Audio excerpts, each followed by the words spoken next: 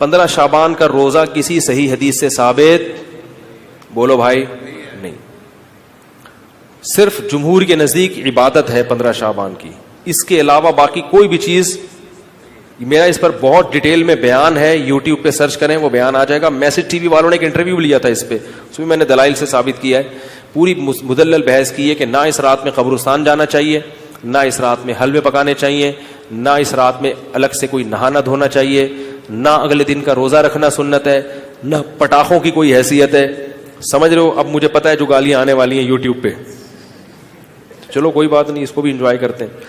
تو صرف ایک چیز ہے وہ، اور نہ اس رات میں تقدیر کے، صاف ہے قرآن میں کہ وہ لیلۃ القدر میں ہوتے ہیں. علامہ ابن تیمیہ رحمہ اللہ نے لکھا ہے کہ لیلۃ القدر کی اہمیت کو گھٹانے کے لیے بھی اس رات کو بہت زیادہ اہمیت دی گئی ہے. تو جتنی جس چیز کی اہمیت ہو اس کو اتنا ہی رکھنا چاہیے. تو صرف عبادت ہے، تو عبادت کی جمہور کے نزدیک کیا ہے، وہ بھی اتفاقی نہیں ہے، یاد رکھو. جمہور کا مذہب بہرحال یہی ہے کہ اس رات کو عبادت کرنی چاہیے، اس کی فضیلت دوسری راتوں کی نسبت زیادہ ہے. آج کسی صاحب کا فون آیا کہ ہماری والدہ کا معمول رہا ہے اس رات کو دیگیں پکا کے تقسیم کرنے کا. اب والدہ مرحومہ دنیا سے چلی گئی، اب ہم چاہتے ہیں. میں نے کہا نہیں پکائیں.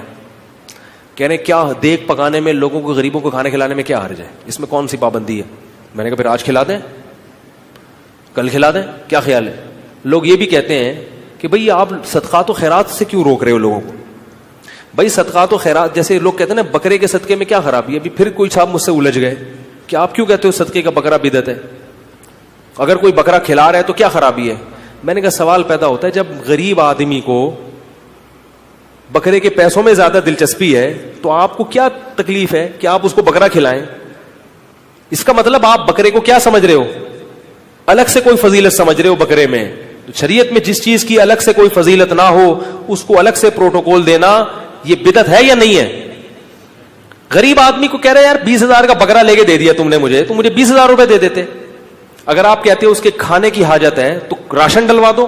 20,000 میں جو راشن ہے، بکرا ایک ٹائم پہ ختم ہو جائے گا، 2 دن چلے گا، اور راشن پورے سال چلے. اس کا مطلب یہ ہے کہ بکرا مقصد ہے آپ کا، بکرے کا لیبل لگایا جا رہا ہے، صدقے کا لیبل لگایا جا رہا ہے. مقصد کیا ہے؟ ارے بھائی، تو اس لیے وہ کہنے لگے کہ میں 15 شعبان کو چاہتا ہوں غریبوں میں دیگ تقسیم کروں، تو صدقے میں حرج کیا ہے؟ میں نے کہا بالکل کوئی حرج نہیں ہے، لہذا کل دیگ آپ تقسیم کر دیں. اگر آج لیٹ ہو گئے تو کل کر دیں. کہہ رہے نہیں کل نہیں، میں 15 کو کروں گا. میں نے کہا اس کا مطلب ہے کہ صدقہ اصل نہیں ہے، 15 شعبان کو اس طریقے سے منانا اصل ہے. تو جب شریعت میں نہیں ہے تو آپ کیوں اس رات کو صدقے کے حوالے سے پروٹوکول دے رہے ہو؟ جب نہیں ہے، اس میں کسی صحابی نے نہیں یہ کام کیا، اس رات کو دیگیں پکائی ہوں یا نہائے دھوئے ہوں یا کھانا کھلایا لوگوں کو. جو کام کرنے کا آؤ چپکے سے مسجد میں کسی کونے میں کھڑے ہو کر عبادت کرو، یا اپنے گھر میں جا کے. ممکن ہے آپ کہیں کہ صدقہ بھی تو عبادت ہے، تو چپکے سے کسی غریب کو دے دو نا پیسے. کیا خیال ہے؟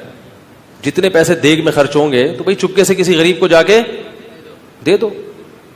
تو تہواروں میں کھلایا پلایا جاتا ہے. میں نے کہا عید کے دن کھلائیں، آپ لوگوں کو تہوار ہے، بقرعید میں کھلائیں، صحیح ہے نا، افطاری میں لوگوں کو کھلائیں، یہ کھلانے کا موقع ہے. آپ 15 شعبان کی رات کو پبلک کو جب خوب مرغن غذائیں کھلائیں گے تو وہ عبادت کے لائق، وہ مرغے کھا کے کیا کریں گے؟ ٹن ہو جائیں گے، سو جائیں گے. تو یہ ہے.